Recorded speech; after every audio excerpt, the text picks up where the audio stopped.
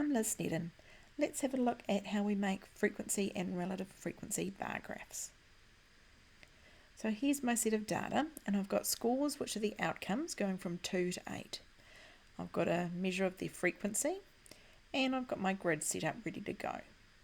So first of all, let's give ourselves a title, and I'm just going to use something original and call it a frequency bar graph.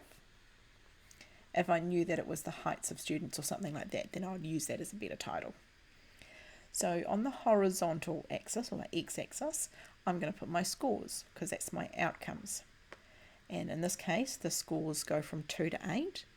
And when I write these, I'm going to make sure that I leave an empty column between them, because I want to do it as bar graphs so that they don't touch. So 2, 3, 4, 5, 6, 7, 8. Now I need to colour them in. So I'm just going to change my highlighter. So for a score of 2, that has a frequency of 4. So I'm going to figure out what my scale up the side is. So the highest frequency out of all of them is 4. So that's what I'm going to do, is I'm just going to go up in ones. So now that I know what that axis is, and I better give that a label, frequency, now I can actually colour in the right number of squares. So the value of 2 has a frequency of 4. So I'm going to colour in the first 4 squares here. Then I know the score of 3 has a frequency of 3. So I'm going to colour in 3 squares for that. 4, 5 and 6 all have frequencies of 2. So I'm just going to colour in 2 squares for those ones.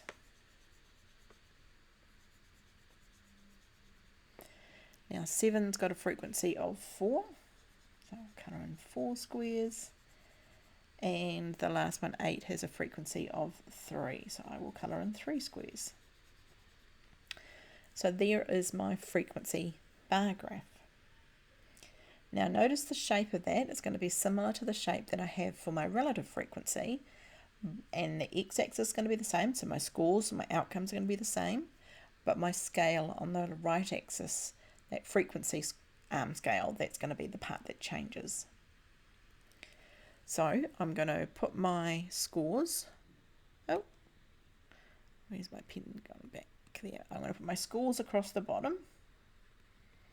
And I've got my scores of 2, 3, 4, 5, 6, 7, 8. And a title, relative frequency bar graph.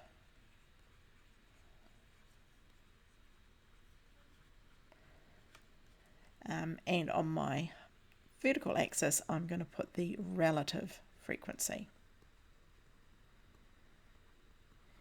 Now, when I look through my relative frequency, I'll notice the largest number is 0.2. So I'm going to start at 0, and I've got to think, what am I going to go up by when the biggest one I need to get to is 0.2?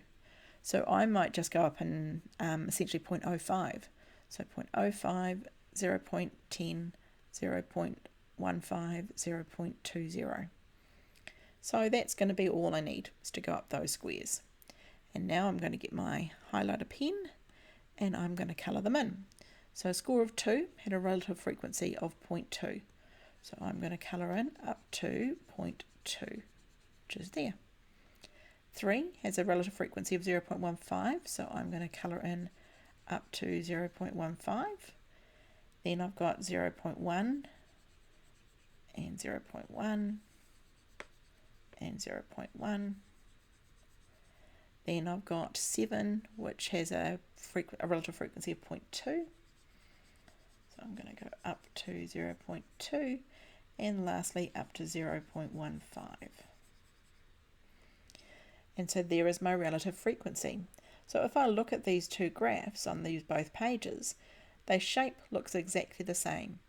The only difference is what's on the vertical axis. This one's got a relative frequency, which is my probability, versus a frequency graph, which just has the frequencies themselves. Thanks very much for watching.